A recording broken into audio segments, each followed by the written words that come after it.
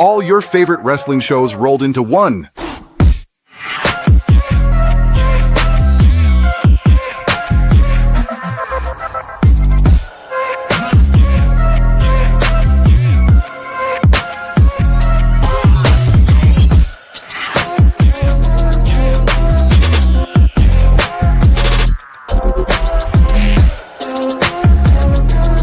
Welcome to the We Book It podcast. Let's start the show.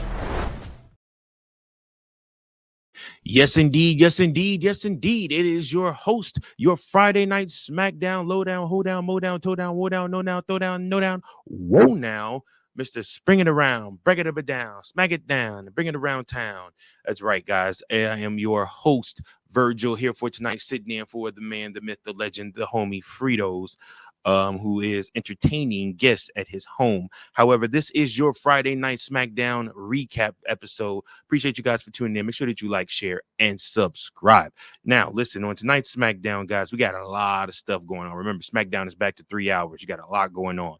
Damien Priest versus Trick Williams. Carmelo Hayes, U.S. title open challenge. Alexa Bliss and Charlotte Flair versus Nia Jackson, Lash Legend versus Julia and Kiana James to decide who are the number one contenders for the women's tag team titles. We got the Wyatt Sicks versus the MFTs for the men's tag titles. And of course, Jade Cargill will finally be in action against Chelsea Green. So not putting that championship on the line yet, but again, it is what it is. So SmackDown opened up as usual with its shots of superstars walking backstage before going live to the arena. And what do you hear? Whoa, whoa, whoa, whoa, whoa. And of course, out comes Sami Zayn. And he came out to a big pop from the French-Canadian crowd. The hometown hero comes out and he says he talked about having a chance to become the number one contender tomorrow night, but he was quickly interrupted by bum, bum, bum, bum, bum, bum, bum, bum, bum.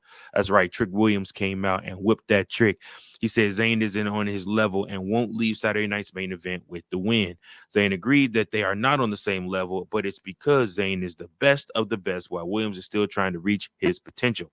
Williams said he could fight Zayn right now, but he has to worry about his match with Priest, which then brought out the transvestite version of The Undertaker and Damien Priest. Priest comes out and he begins talking trash to Trick Williams, saying that he is scared, and that's why he didn't try to trash talk him last week when they ran into each other. Trick Willie nailed Zayn with the microphone after this, but Priest blocked his shot and started unloading on him. Next thing you know, Sami Zayn pulls Priest off of Williams and starts unloading on him. And then next thing you know, Priest pulls Sami off. And as they're arguing, Trick Williams pushes Priest into Zayn. They bump heads, both fall down. Trick Williams slides out the ring. And that ends this run-in. So again, Trick Williams is just oozing charisma as a heel. I've never seen Trick Williams this confident before, guys. I'm telling you right now. I know Trick Williams will not end up winning at Saturday night's main event. It's just not his time. He probably will end up fighting Damien Priest more, especially since we'll talk about what happens at the main event, the end of the show. But at the same time, you know, you look at this and you say to yourself that Damien Priest is back on the come up, but Trick Williams is light years ahead of a lot of talent. And you guys got to remember, this is somebody that was just meant to be Carmelo Hayes's, you know, bag boy at first. He was somebody that was just rolling with the champ, rolling with the A champ, you know, and everything like that. And, you know, being able to cut promos and talk and stuff. But now his in-ring skill has gotten so much better. He's an actual athlete and he's good at what he does, man. Shout out to Trick Williams. Speaking of Carmelo Hayes, next up we got a WWE airing a backstage moment from earlier in the day that showed Hayes agreeing to put the U.S. title on the line against Ilja Dragunov in a rematch that kicked off the action for this week.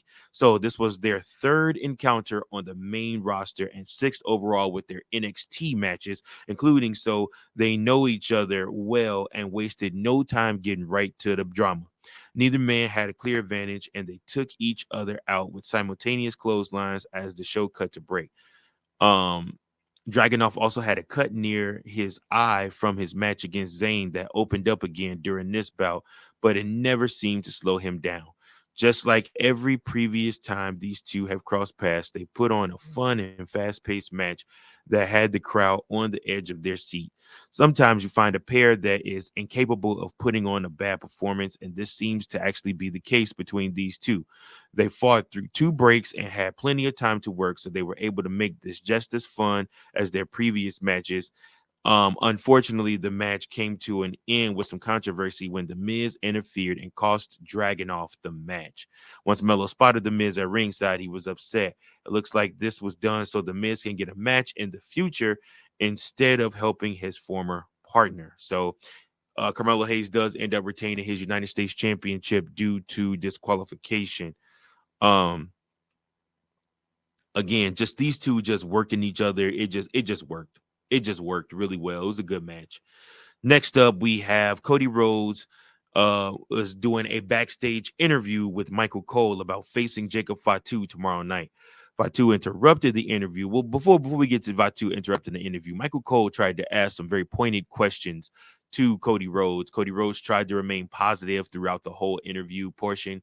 Michael Cole actually cut him off one time and asked him another question in the midst of Cody Rhodes trying to politic his way. Cody Rhodes is definitely buying into this whole politician style of wrestling and politicking his way around, certain questions or certain problems that he may have, because he is no longer your WWE champion. Instead, Drew McIntyre is. So I know that I'm trying to bite him in the ass a little bit, but it is what it is. Rhodes brought up Fatu's prison record after he was interrupted by Jacob Fatu. He said he has a history of not thinking in advance. Fatu said his choices have made him a better man, but Rhodes still blamed him for losing the title. Fatu said he's not like the other Samoans Rhodes has faced, and he is more in control than everyone thinks. This was a really good segment right here. It didn't overstay its welcome and made both guys look like they had something to gain from this bout. This instantly raised the profile of the match, which isn't easy to do in one segment. Now we move on from this to Chelsea Green versus Jade Cargill. Green was shown trying to recruit Jordan Grace into her secret Hervis, and Grace only agreed because she would get to be there for Cargill's match against Green tonight.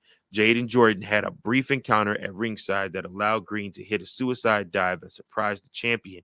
Once they got into the ring and Cargill had a little time to recover, she beat Chelsea down in the corner and then did push-ups in her face to taunt her. Even though she came into this as a clear heel, Green had the Canadian crowd's full and total support, which was increased by the fact that Cargill is a bigger heel right now. Cargill ended up winning the match in just a few minutes, but the action we got in those few minutes was pretty good thanks to Green's efforts.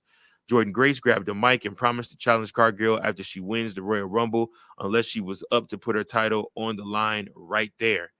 Jade didn't entertain the offer and left, but it's clear WWE is working towards the two powerhouses going into battle against one another. And I say good for Jordan Grace to immediately be called up to the SmackDown roster. And my original thought was she was going to go after the United States Championship.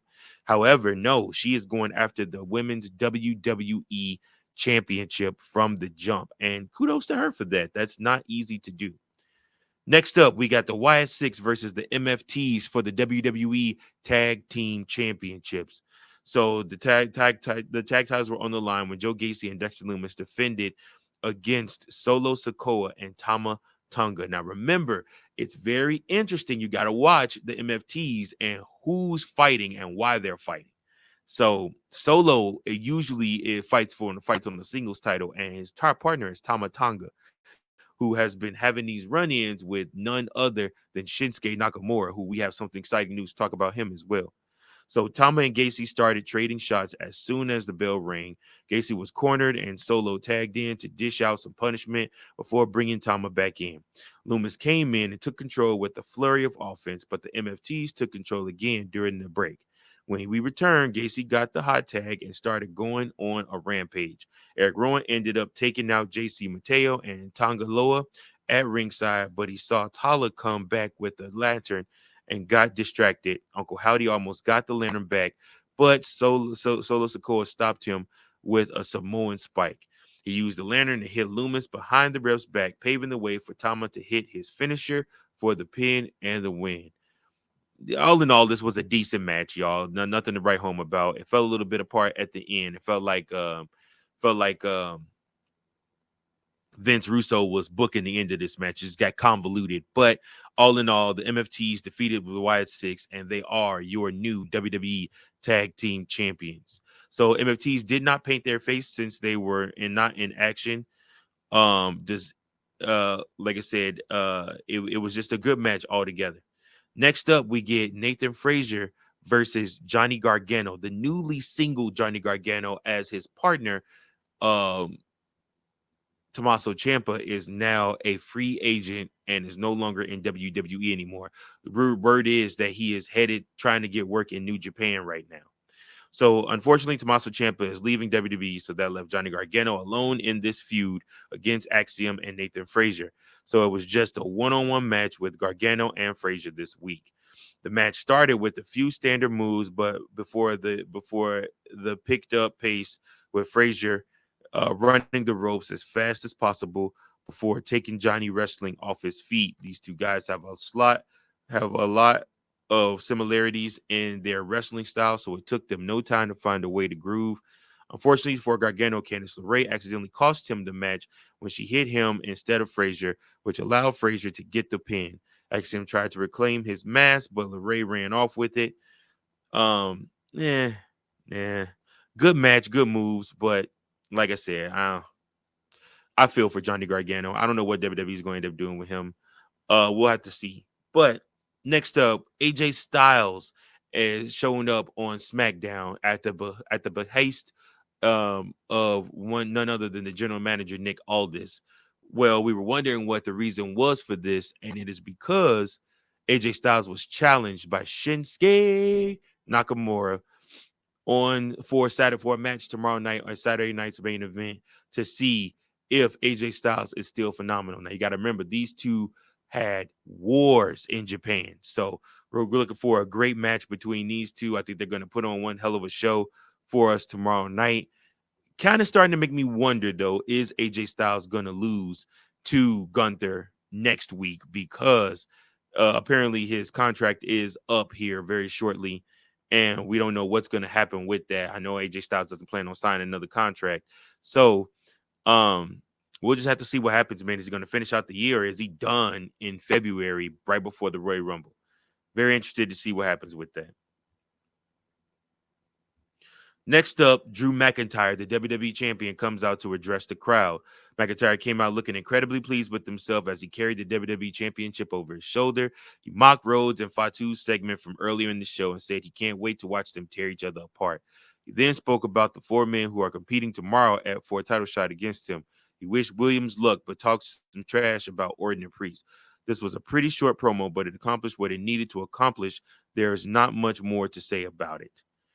Next up, after that, we got Flair and Bliss versus Julia and James versus Legend and Jax to see who will be next to fight Rhea Ripley and Io Sky for the Women's Tag Team Championships. So James, Legend, and Flair started the match for their teams. They only had a couple of minutes before the break, but they used a quick pace to pack in a lot. Bliss took down all four of her and Charlotte's opponents with a dive from the top rope on the floor as he went to commercial break. This had a healthy mix of newer and veteran talent, but it felt like all three teams were on an even playing field, which worked to this match's advantage because it made the outcome harder to predict. While they all brought a lot of energy to the ring, this bout had a couple of moments that looked sloppy or mistimed.